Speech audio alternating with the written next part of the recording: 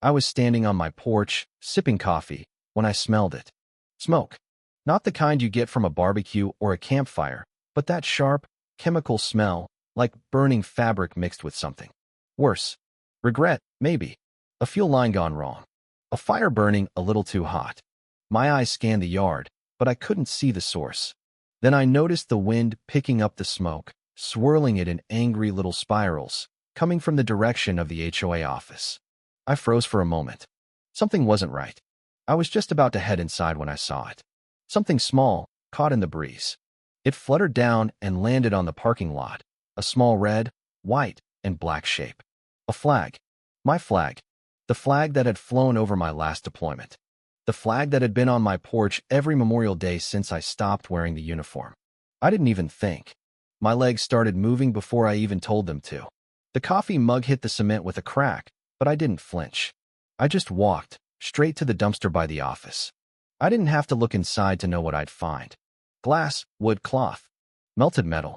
And there it was, half folded, still holding its Shape Me flag. The one that had survived combat, that had been with me through hell, burned and cracked and left for dead in a dumpster. My flag was burned. I didn't feel my fingers shake. I didn't feel the heat rising in my chest.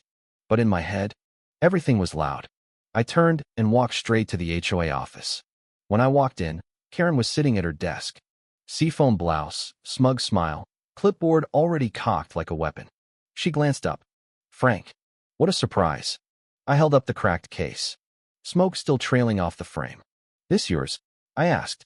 She blinked, fake concern sliding across her face. I'm sorry. This was taken from my porch last night. And someone lit it on fire. She stood up slowly, the smile turning into something less confident. Oh no. That's just awful. Was it secured properly? It was locked in a case, I said, my voice level. Bolted to the railing. She tilted her head, like she was trying to be professional. Well, we did have a recent vote about property uniformity. Decorative displays, especially outdated or politically sensitive ones, need to be reviewed for harmony. I stared at her. That flag went through combat, through funerals. It's not decoration. It's not a lawn gnome. Karen's voice dropped, almost patronizing now. Let's not get emotional, Frank. I took a step closer. You think this is emotion? No. This is practice. You'd know the difference.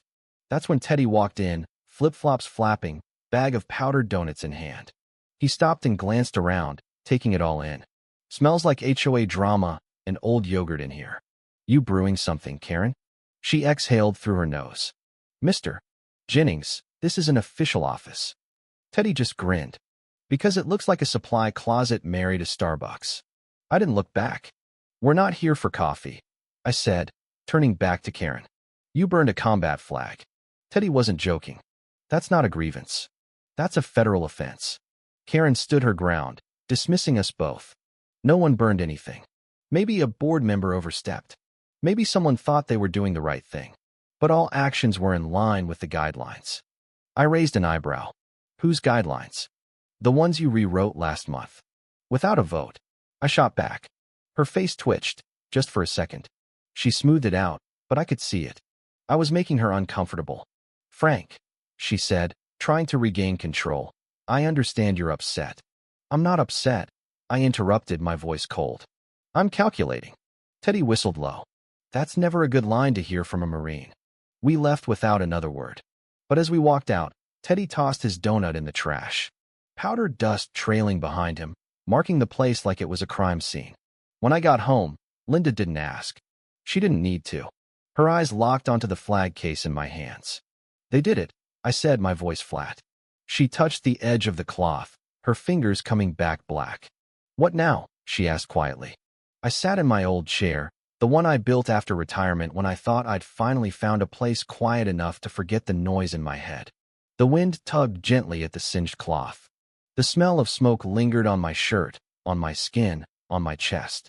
It wasn't just a flag anymore. It was a promise. And they burned it. That night, I didn't sleep.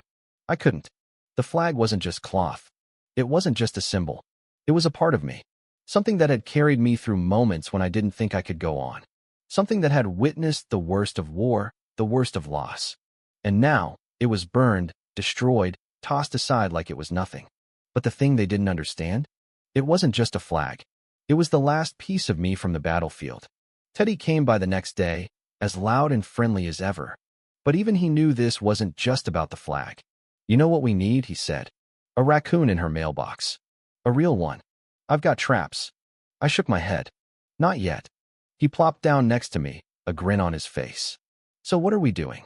I looked at the empty spot where the flag used to sit. "We're waiting for them to show me who they really are." 3 days later, I got another letter from the HOA. This one, cold and calculated, demanding compliance. Another violation. More threats. The kind of bureaucratic nonsense that made my blood boil. Linda read the letter over my shoulder. "Paraphernalia," she whispered. "I can't believe it." I closed my eyes. Freedom comes in beige. But Teddy, ever the optimist, didn't give up. "You know," he said, "they're not just trying to shut you up. They're trying to paint you as the enemy." And that was when I realized it wasn't just about the flag anymore. It wasn't even about the fines or the threats. They weren't just trying to find me. They were trying to erase me. Teddy and I started digging deeper. We found their internal documents. The ones they didn't want anyone to see. And there it was, plans to strategically transition the neighborhood. They were targeting homes they didn't like. People who didn't fit their vision. And we were on that list. Linda didn't say anything when she saw the files. She just shook her head, tears in her eyes. "I'm done being polite," she whispered. We weren't just playing defense anymore. This was war.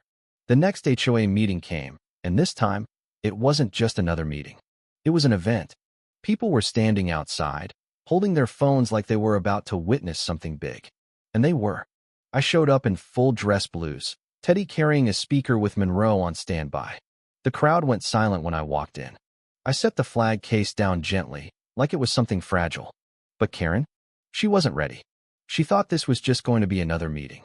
"Before we begin," Karen said, trying to take control, "I'd like to remind everyone that this is a scheduled HOA meeting, not a..." Avery Dent, a former JAG officer, cut her off. "Let's treat it like one then. That means transparency. And tonight, Mr. Delaney is presenting both." Then we hit them with it. The footage. The letters. The Zoom call where Karen had called me a porch warrior with PTSD. The people in the room started to stir. They knew the truth now. I stepped forward. "Karen, I buried 2 Marines under the flag you burned." The room froze. And when I didn't crumble, Karen tried to finish the job with fines, restraining orders, and code violations. But the crowd had turned. They knew who the real enemy was. When the meeting ended, the clapping was thunderous. Not for me. For everyone who had been silenced by Karen. The Marines and veterans who stood by me, they saluted.